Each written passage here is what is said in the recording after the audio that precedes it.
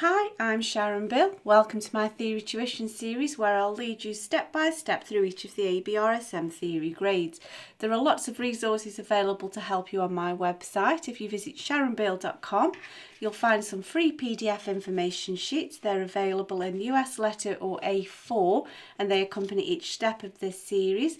There's also a page with links to all of my YouTube video tutorials, and you can also access information about the books that I have available. I've written How to Take Your ABRSM Music Theory Exam.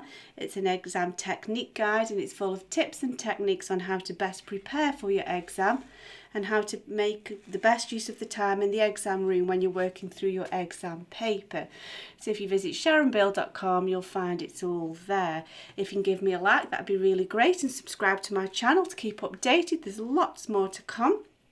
And so we're going to make a start on the past papers from 2016, and we're going to look at grade 5 paper A.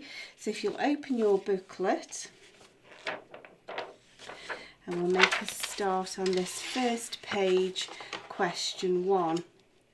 I would recommend that you have to hand your circle of fifths, so you've got all your thinking done ready for that straight away, so you know your key signatures there to hand, if you feel that would help. You might find it helpful to have a little piano keyboard sketched on a piece of scrap paper. In the exam you will get a piece of scrap paper, so do use that. And so we're ready to go. In exam circumstances, I suggest that you read the paper through all the way before you start. There's lots of tips and techniques on how to best work through an exam paper. However, I'm just going to presume that you've had a go of this paper. Do try some of the questions on your own. It's always better to learn by your mistakes. And so I'll now go through this with you. So let's have a look at question 1. So all of the question 1 refers to these two little extracts of music. So we're going to be looking at this extract first of all, and it's asked us to describe fully each of the numbered and bracketed melodic intervals. So we're looking at these intervals. So regardless of what order the notes come in, the lowest note is always counted as 1. So we count that as our tonic. And then we just bring into question this key signature to see if it applies to any of the notes that we're using. And so number 1, so we've got an interval of 1, 2, 3, 4, 5. So we know it's a something fifth. That's half the mark straight away. Now a perfect fifth would be C to G. So let's have a look at that. Just it's helpful to visualise. It's C to G is a perfect fifth. And then because the lowest note has been raised, we've made that perfect fifth smaller, and then that will make it diminished. So we have a diminished fifth. So if you just work it through a step at a time, that should bring you to a diminished fifth. Let's have a look at the next one. So here we go. We've got a 1, 2, 3, 4, 5, 6. Don't forget to always count the given note as number 1. So we've got a 6, so that's half the marks. And then we have a G to an E. So if we think in G major would have E naturals in it. And so that's part of the major scale, and so we can call that a major sixth. And there we go. And let's look at this next one. Now here we can see we've exceeded an octave. So what I'm going to do, I'm just going to jump the octave and place that there now. So we've gone from this G to this G.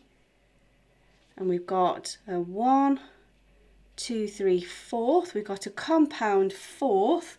And we've got from G to C, that's a perfect fourth. So we've got a compound perfect fourth.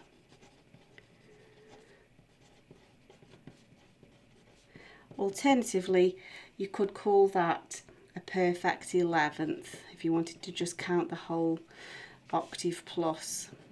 But you'd have to remember that that's still a perfect interval.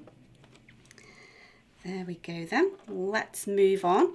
So part 2 of this question asks us to rewrite the first note of bar 2, and it's shown here with this little arrow, and we need it to sound at the same pitch, but we need to change the clef to the alto clef. So the alto clef has middle C on the middle line, so that's our middle C point. And we just want some double bar lines there.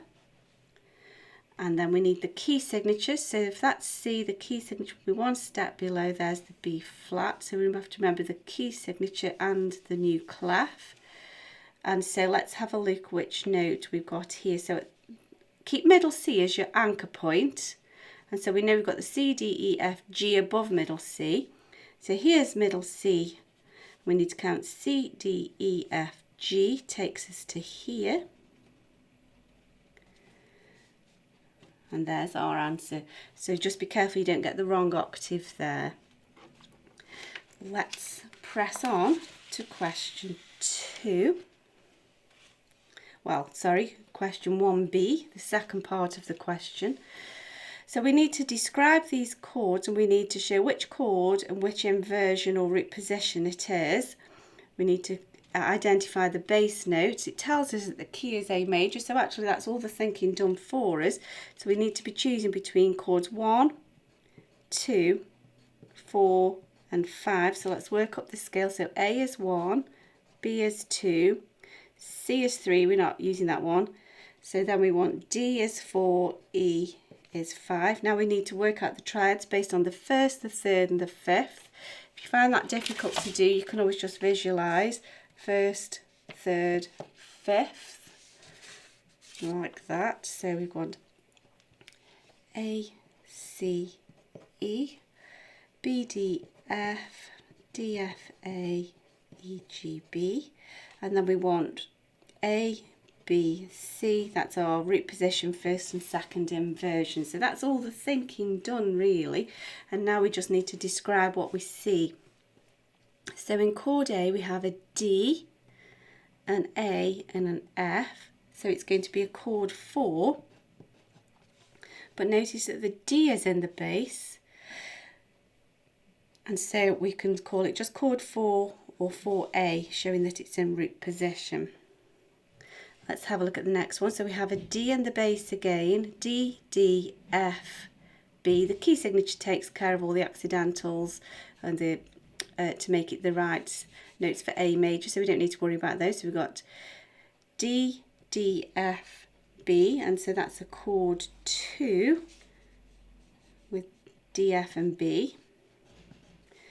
However, the bass note is the D, which is the middle note, so it's a 2B. Last one. And so we have here an E, a C, an E and an A. So that's a chord 1, which is notes A, C, E. However, because the bass note is an E, we know that that's a chord 1C. So that's that question completed. We'll look at the next question in the next video. I do hope that you found that useful. I hope that's helpful to you. If you can give me a like, that would be really great, and subscribe to my channel to keep updated. Please do visit sharonbill.com and make use of all the resource and information that's available to you there. Thanks for watching, and I'll see you next time. Bye.